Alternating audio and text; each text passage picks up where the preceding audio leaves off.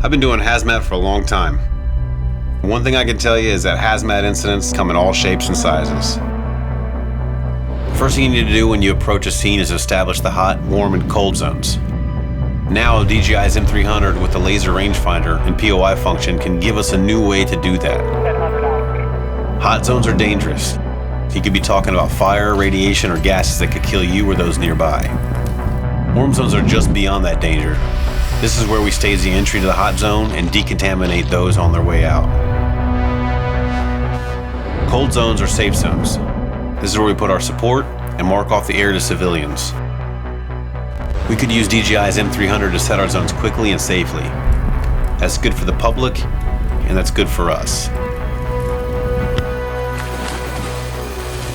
As we start pushing the limits of the drones to see what we could do with them, DJI has been working with us and letting us have some input on how we can improve the drones.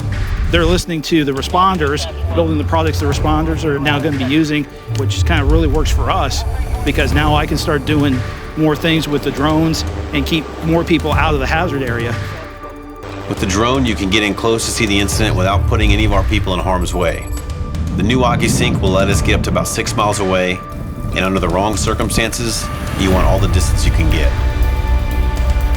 With the drone, you can also get around much faster than waiting for someone to gear up and get decon established. And we can now have eyes on that scene in real time. At 50 minutes flight time, it's also got more juice than any other drone we've used before. Using the new laser rangefinder, we can measure the area and set the zones with a bird's eye view.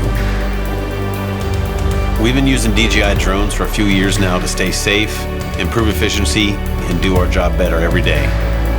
The M300 is the next obvious step for us.